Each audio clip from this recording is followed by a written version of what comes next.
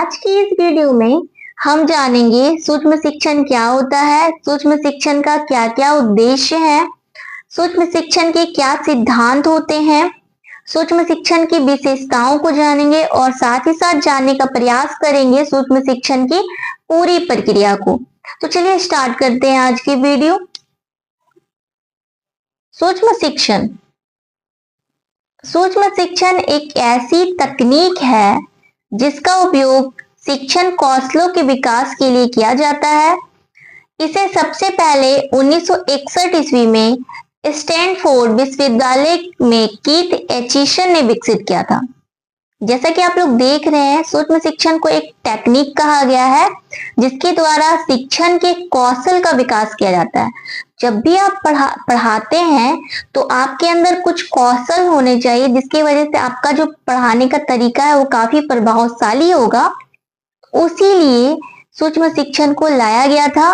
और सूक्ष्म शिक्षण जो होता है कम समय का होता है और इसमें एक समय में एक ही शिक्षण के कौशल का विकास होता है। एक समय में शिक्षण के कौशल क्या क्या होते हैं? तो शिक्षण के कौशल में आपका मुख्य रूप से व्याख्यान कौशल आ जाएगा, श्यामपट्ट कौशल, पुनर्वलन कौशल आ जाएगा। तो इसी प्रकार शिक्षण के जो कौशल होते हैं तो उसका आप प्रयोग कक्षा में कैसे करेंगे तो उसे सिखाने का माइक्रो टीचिंग में प्रयास किया जाता है। तो सर्वप्रथम कीथ एचिसन ने इसे विकसित किया था। इसकी जो इस उपागम की विस्तृत व्याख्या है वो A.W. डिवेट एलन ने 1963 ईस्वी में किया और इसका नाम सूक्ष्म शिक्षा दिया। एलन के द्वारा इसका नाम क्या दिया गया था? सूक्ष्म शिक्षा। सूक्ष्म शिक्षण की परिभाषा। सूक्ष्म शिक्षण एक ऐसी प्रक्रिया है जिसमें शिक्षण को सीमित समय, सीमित विषय वस्तु और सीमित छात्रों के साथ अभ्यास कराया जाता है। सूक्ष्म शिक्षण में क्या होता है? टाइम सीमित रहता है क्योंकि 6 मिनट का होता है ये, और आपको फिर 6 मिनट के बाद फिर से जब फीडबैक 6 मिनट तक दिया जाएगा और उसके बाद फिर से आप फीडबैक लेने के बाद अपना जो प्लान था, योजना था, उसको फिर से आप बनाइएगा। लेसन प्लान को फिर से 6 मिनट का बनाएंगे, फिर से आप उसको जाके रीटीच कीजिएगा। तो ये 6-6 मिनट का प्रोसेस होता है और इसमें एक समय में एक ही कौशल का विकास किया जाता है। और यहाँ पे जो छात्र होते हैं, जो आपके सहपाठी होंगे ना, वही आपके लिए अवलोकनकर्ता भी होंगे, आपके स्टूडेंट भी होंगे और आप ही यहाँ पे शिक्षक की भूमिका निभाइएगा।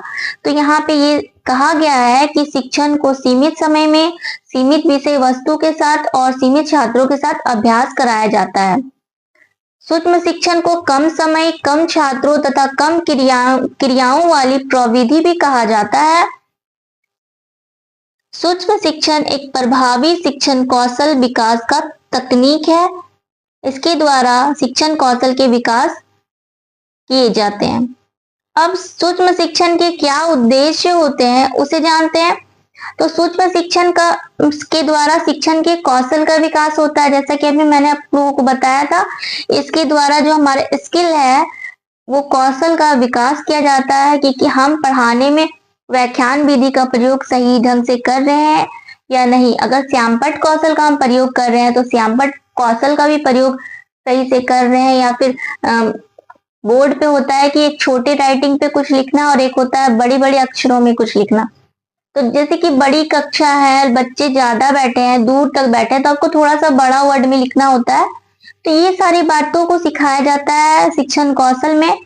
अब जैसे कि व्याख्यान कौशल का भी अगर आप प्रयोग कर रहे हो तो व्याख्यान में भी आपका जो सीक्वेंस होना चाहिए, एक क्रमबद्ध रूप से आप किसी टॉपिक को बताएंगे तो बच्चे अच्छे से समझेंगे। और अगर लेक्चर आप नॉर्मली ऐसे दीजिएगा कि आप रीडिंग कर रहे हो तो बच्चे समझ नहीं पाएंगे।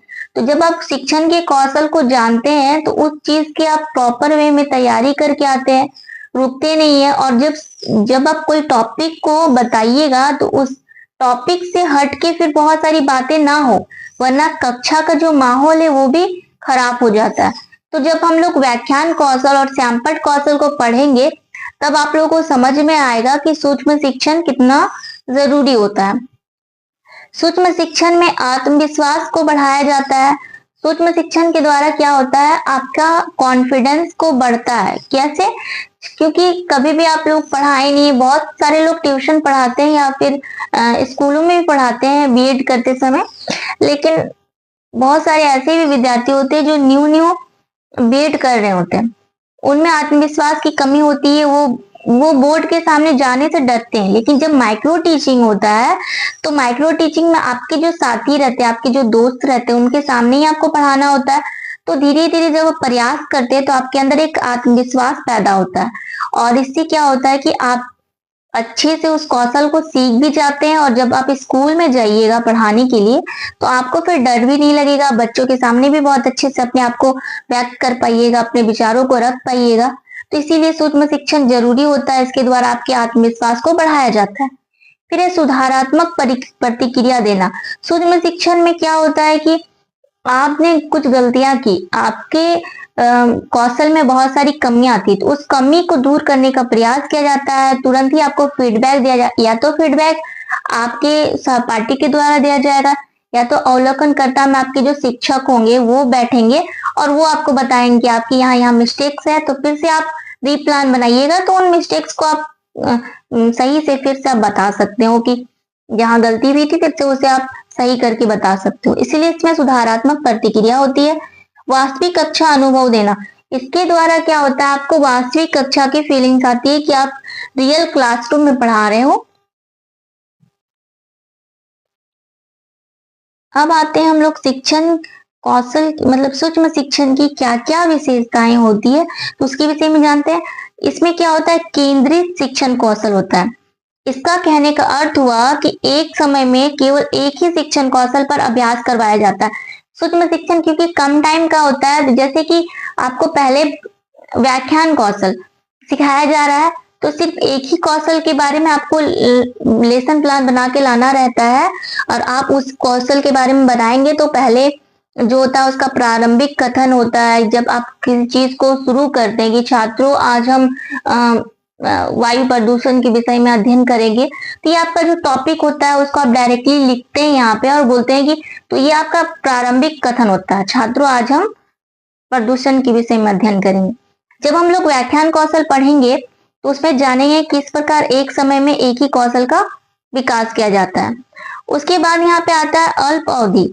अल्प अवधि में क्या बोला गया कि 6 मिनट के लघु पाठों में शिक्षण होता है। जैसे कि अभी मैंने बताया था कि 6 मिनट का टाइम आपको मिलेगा, आपको बोर्ड के सामने जाना है, आपने जो लेसन प्लान बनाया है उसको प्रस्तुत करना होता है। तो 6 मिनट का ये लघु पाठ होता है, एकदम छोटा छोटा टॉपिक आपको चुनना है और 6 मिनट में आपको उसको प्रस्तुत करना है। फिर इसमें त्वरित प्रतिक्रिया होती है, मतलब कि तुरंत प्रतिक्रिया से सुधार होता है। जैसे कि अभी मैंने बताया था कि तुरंत प्रतिक्रिया फीडबैक आपको दिया जाता है, फिर से आप रीप्लान करते हो। और जो फीडबैक होता है ना, तो वो फीडबैक भी जो दे रहे हैं तो उन्हें इस बात का ध्यान रखना चाहिए कि पहले नेगेटिव चीजें आपको ना बोले।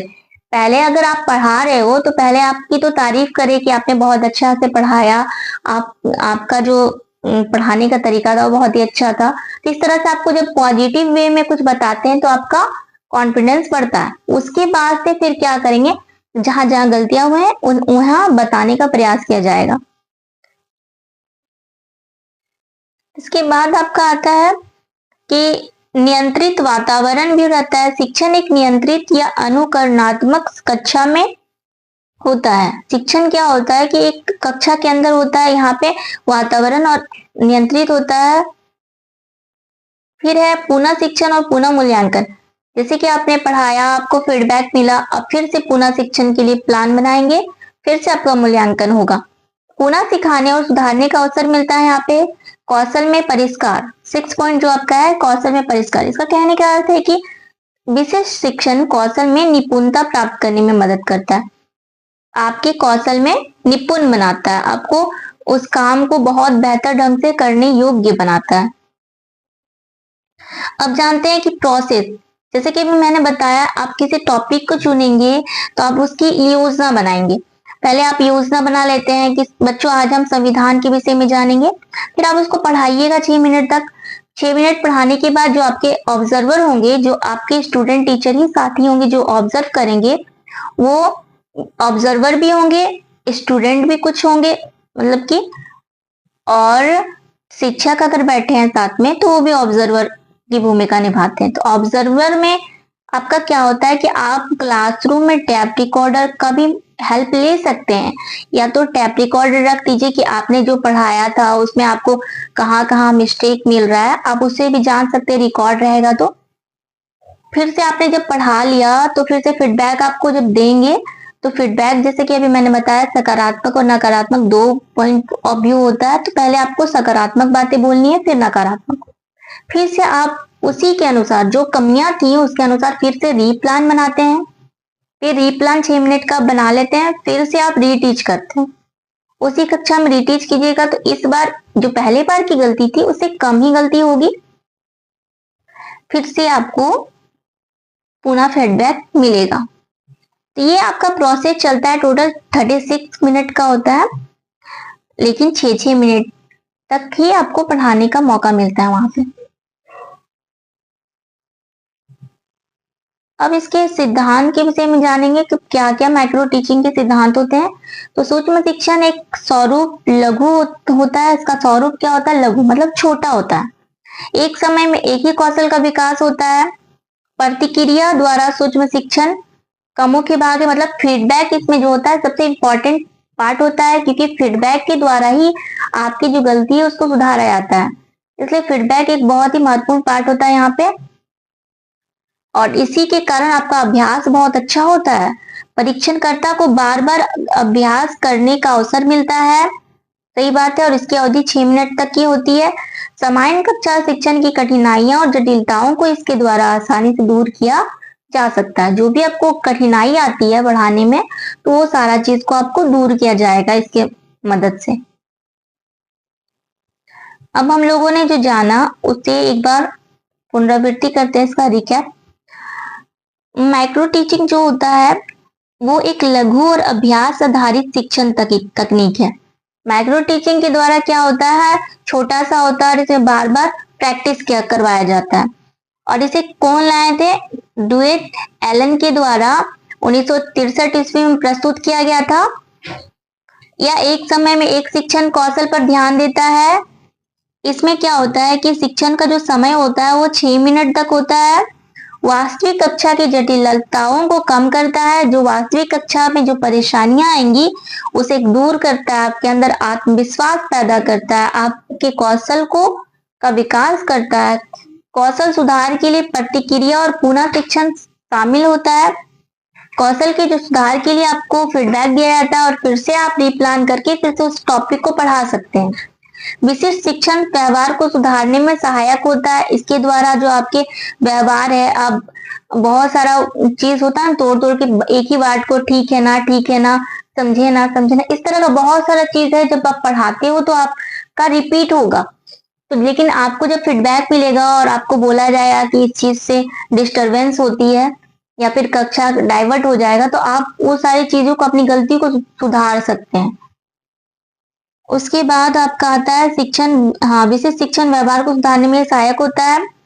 पहले आप प्लानिंग करते हैं, फिर से आप टीचिंग करते हैं, फिर से आपको फीडबैक मिलता है, फिर रीप्लान होता है, फिर से रीटीच आप करते हो, फिर री फीडबैक मिलता है। ये प्रोसेस आपका साइकिल चलता रहता है, एक संरचित चक्र का पालन करता है। जैसे कि योजना को आपने बनाया, फिर आपने शिक्षण की, फिर से आपको फीडबैक मिला, फिर से आपने पुनः योजना बनाई, फिर से आपने पुनः शिक्षण किया और पुनः आपको फीडबैक मिलेगा। तो ये जो प्रोसेस है वो 36 मिनट का होता है।